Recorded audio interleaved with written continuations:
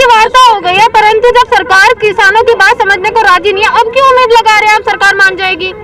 देखिए, सरकार तो निश्चित तौर पर देश के किसान के आगे नतमस्तक होगी और देश के किसान से माफी मांगेगी, इस बात में कोई दोहराई नहीं है कहीं से कहीं तक भी।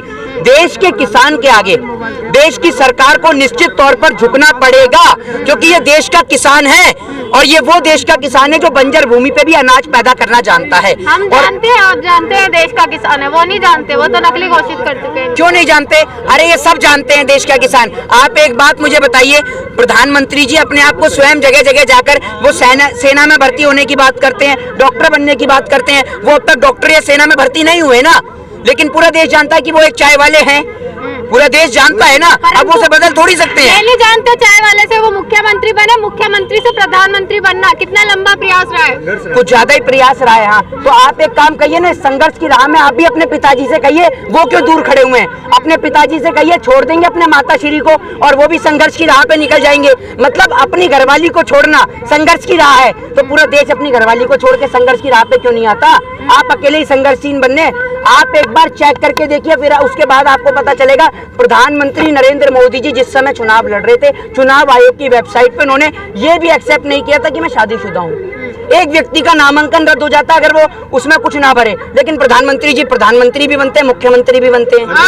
आपके चहेते पत्रकार अर्नब गोस्वामी जी जरा फंस चुके हैं, उनके बारे में कुछ बोलिए। देखिए, वो ना मेरे चहेते पत्रकार हैं, आप जैसे लोगों का काम है देश के अंदर दलालीगिरी करना, पत्रकारिता करके पत्रकारिता करने की बजाय पत्तलचाज पत्रकार बनना। जिस तरीके से आपने कुत्तों को देखा होटल के बाहर झूठी प्लेटों का इंतजार करते हैं, लेकिन आपकी हालत तो कुत्तों से भी बदतर हो गई। कुत्ता भी जिसकी रोटी खाता है उसकी वफादारी निभाता है, लेकिन आप तो देश के अंदर आप ये देखिए टीआरपी स्कैम घोटाला आप लोग करते हैं। और आप एक बात मुझे बताइए, ये आखिर आता कहाँ से? आप कहते हैं सूत्रों के हवाले से पता चला, कहाँ है ये सूत्र?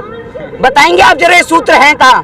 खैर आप नहीं बताएंगे, आपके धंधे का मैटर है ना, क्योंकि धंधे का सवाल है, आपके आप नहीं बताएंगे। लेकिन आपके सूत्र के कारण कश्मीर से कन्याकुमारी तक पूरे देश के अंदर दंगा हो जाता है और आप लोग सिर्फ सूत्रों के हवाले से पता चला है कहकर पल्ला झाड़ देते हैं। ये ठीक नहीं है। तो आप लोग सबसे पहले तो पत्रकारिता करिए, क्योंकि वरना वो दिन दूर नहीं कि जब आप हाथ में माइक पकड़ के कहेंगे माँ की कसम खा रहा हूँ, इस बार सच्ची खबर दिखा रहा हूँ, लेकिन किसी को भी आपकी बात पे यकीन नहीं होगा। तो अपना स्तर इतना भी नीचे मत गिराइए। उनके समर्थन में डेली उतर रहे हैं आप, हम पर इस प्रकार के इंजाम पहली बात तो मत लगाइए। और दूसरी चीज, इन्हीं की वजह से शायद संशोधन की बात हुई और 9 दौर की वार्ता हुई है। आप एक बात मुझे बताइए कि अगर आप पे ये इल्जाम नहीं लगाऊं तो क्या जाकर मैं स्वास्थ्य मंत्री के घर पे लगाऊं ये इल्जाम?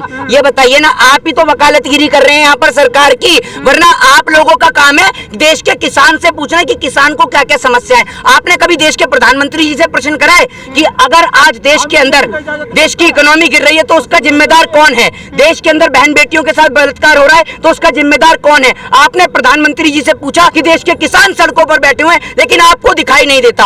आप अपनी 95 साल की बूढ़ी माँ को नोटबंदी की कतार में लगाते हैं तो आपकी माताश्री देशभक्त कहलाती हैं, लेकिन किसान की माँ किसान आंदोलन में आ जाए तो वो आतंकवादी कहलाती है। ये कहाँ तक ठीक है? आपने पूछा है कभी प्रधानमंत्री जी से? अगर आप प्रधानमंत्री जी से सवाल करते ना कि आज इस देश की हालत का जिम्मेदार कौन है, तो शायद आज देश की ये हालत नहीं होती। लेकिन क्या करें, आपको तो सवाल करते हैं विपक्ष से। अगर कोई प्रधानमंत्री जी को लेकर सवाल करे, सत्ता पक्ष को लेकर सवाल करे, तो आप कह देते हैं आप राहुल गांधी से सवाल क्यों नहीं करते, आप अखिलेश यादव से सवाल क्यों नहीं करते, आप मायावती से क्यों नहीं करते? अरे आप कॉमन सेंस लगाइए ना, जो घर का मुखिया होगा उसी से तो शिकायत करी जाएगी। अब आप एक बात बताइए, हिंदी की क्लास में ले रहा हूँ, अगर मुझे हिंदी की कोई चीज समझ में नहीं आ रही तो मैं हिंदी के टीचर से ही पूछूंगा ना, साइंस के टीचर से जाके थोड़ी पूछूंगा कि मुझे हिंदी समझा। तो देश के मुखिया वो है, उनसे सवाल पूछा जाएगा। और आप कह रहे हैं कि वो उनका अंदरूनी मामला है, घर का मामला है, तो जब तक वो एक कॉमन मैन थे, एक आम आदमी थे, तब तक वो उनका घर का मसला था। लेकिन आज वो देश के प्रधानमंत्री हैं और देश के प्रधानमंत्री बनने के बाद ये मसला उनका अकेले का नहीं रह जाता, ये पूरे देश का मसला रह जाता है और उनको इस सवालों का जवाब देना होगा। आपने देखा सुप्रीम कोर्ट ने जो कमेटी बनाई उससे 2 सदस्य खुद बाहर हो गए। उनमें से भूपेंद्र सिंह मान जो है, उनके प्रवक्ता कहते हैं, जो उनके पर्सनल स्पोक्स पर्सन है, उनका कहना है कि उन्हें धमकियां दी जा रही हैं, इसीलिए वो बाहर हुए हैं। देखिए, देश के अंदर अगर धमकी दी जा रही है तो कोई ज्यादा बड़ी बात नहीं है। जब देश के अंदर देश के किसानों के ऊपर एनआईए जांच कमेटी बिठा सकता है, देश के किसानों के ऊपर केस दर्ज हो सकता है और कोई भी व्यक्ति जो इस देश का लॉ आपको और मुझे इजाजत देता है, राइट टू स्पीच की, राइट टू फ्रीडम की आजादी देता है, लेकिन आज वो देश के अंदर नजर नहीं आती। कोई भी व्यक्ति अगर सड़क पे बैठ के प्रोटेस्ट करता है तो पुलिस उठाकर ले जाती है। अरे देश हम लोगों का है, हम लोगों को सरकार से परमिशन लेनी पड़ेगी क्या है कि हम यहाँ बैठेंगे या नहीं बैठेंगे? अरे आप लोगों का क्या योगदान है देश में? आप मुझे एक बात बताइए, आज तक आपने किसी भी नेता के बच्चे को प्रोटेस्ट करते हुए देखा है? नहीं नजर आते। देश की गरीब जनता परेशान है, त्रस्त है सरकार से, तभी तो सड़कों पर उतरी हुई है। परंतु जिस प्रकार से तारीख पे तारीख दी जा रही है, कल भी तारीख आपको मिल चुकी है 19 जनवरी की वार्ता के लिए, क्या आपको लग रहा है उन देखिए, तारीख का आपने अगर बात करी तो तारीख का सवाल आप उस सनी देओल से करिए जो एमपी बनके चुपचाप अपने घर के अंदर बैठे हुए हैं। तारीख की बात आप हमसे मत करिए, क्योंकि फिल्मी डायलॉग बोलने के लिए वो लोग माहिर है, गेहूं काटने के लिए हेमा मालिनी जी माहिर है। और सभी देश के किसानों से हाथ जोड़ के निवेदन है, जिसकी भी फसल का गेहूं की बुआई का कार्य पूरा हो गया, उसके बाद सारे के सारे एक पत्र लिखना हेमा मालिनी जी को कि हमारे गेहूं की फसल हो चुकी है, आप कब काटने के लिए आ रही हैं जरा बताइए। क्योंकि ये देश के किसान को तो आतंकवादी बता रहे हैं, तो जब ये असली किसान है तो फसल काटने क्यों नहीं आते?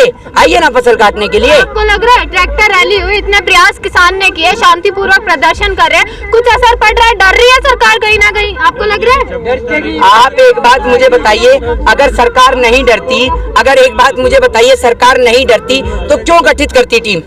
देश की सरकार निश्चित तौर पर देश के किसान से डरी पड़ी है, देश के उद्योगपति स्टेटमेंट देने के लिए आ गए हैं, समझ रहे हैं? तो आप करें कि किसान का, आप देश के किसान को डिमोनेटाइज मत करिए। देश के किसान के आंदोलन में देश के किसान का हम लोगों को हौसला बढ़ाना है, और देश का किसान अपनी राह पे बिल्कुल ठीक है, और हम लोग देश के किसान के साथ खड़े हुए हैं। यूपी के मुख्यमंत्री को देख लो, उसको नामकरण करने का इतना शौक है कि मैं तो उससे पहले कह रहा कि मुख्यमंत्री की जगह नामकरण करने के लिए पंडित ही बन जाता।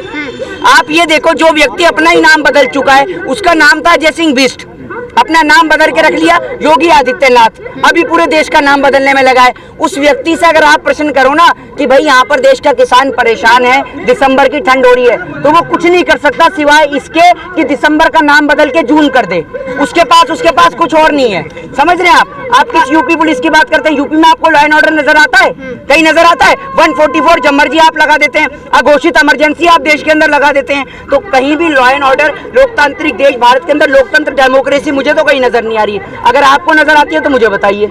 परंतु यूपी के मुख्यमंत्री योगी आदित्यनाथ का कहना है, जो उत्तर प्रदेश राज्य का किसान है वो बेहद खुशहाल है और उनको 2-2 हजार रुपए मिल रहे हैं, अब उन्हें किसी चीज की जरूरत नहीं है। हाँ तो ठीक है, मुख्यमंत्री महोदय को मैं 4,000 रुपए देता हूँ, अपने परिवार का खर्चा चलाकर दिखाएं 4,000 रुपए में।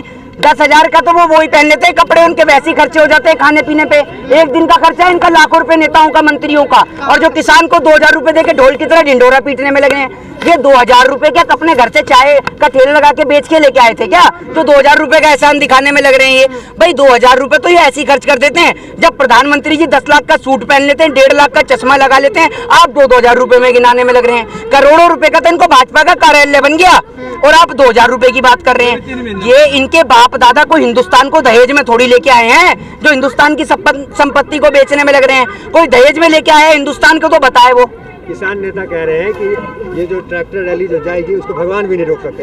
ऐसे में अगर 26 का नज़ारा देखें तो बड़ा चिंता वाली विषय है। एक तरफ पुलिस रहेगी, एक तरफ किसान कह रहे हैं कि भगवान भी नहीं रोक सकता है।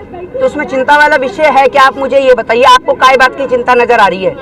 ये बताइए आप मुझे, चिंता किस बात की है? वहाँ किसी को मारने जा रहे हैं क्या ये किसान? नहीं, क्यों करेगी बल प्रयोग? आपको पता है आर्टिकल 19 आपने रीड करा है? आर्टिकल 19 आपको और हमें प्रोटेस्ट करने की आजादी देता है, और आप 26 जनवरी जो हमारे देश का गणतंत्र दिवस है, लोगों से आप उनकी आजादी छीनेंगे क्या? है, आप रीड करिए आर्टिकल 19। आपको जब रोका जा सकता है या तो आपके पास में हथियार हो या फिर आप किसी सरकारी संपत्ति का नुकसान कर रहे हो। जब आप किसी सरकारी संपत्ति का नुकसान नहीं कर रहे तो आपको क्यों रोका जाएगा, ये तो बताइए मुझे। आप किस बेस पे रोकेगी आपको पुलिस? मतलब किसान जाएगा निश्चित तौर पर जाएगा। अगर किसान की मर्जी है तो जाएगा, और मर्जी नहीं है तो नहीं जाएगा। किस प्रकार जाएगा? आप देख नहीं रहे बैरिकेड्स लगे हुए हैं। अरे आप एक बात बताइए, सीमा भी निर्धारित कर दी है अब कि लाल किले तक नहीं जाने देंगे। आप एक बात मुझे बताइए, बैरिकेड लगे हुए हैं फिर भी हम लोग आए हैं ना, और भी लोग आए हुए हैं। देश के किसान को रोका गया था ना दिल्ली के अंदर घुसने से, लेकिन आज दिल्ली के चारों बॉर्डर्स पर बैठा हुआ है, चाहे वो राजस्थान बॉर्डर हो, टिकरी बॉर्डर हो, गाजीपुर बॉर्डर हो, चाहे सिंधु बॉर्डर हो, बैठा हुआ है ना देश का किसान। तो निश्चित तौर पर जैसे देश का किसान दिल्ली के अंदर आया वैसे जाएगा वहां पर, और उससे कोई नहीं रोक सकता इस बात के।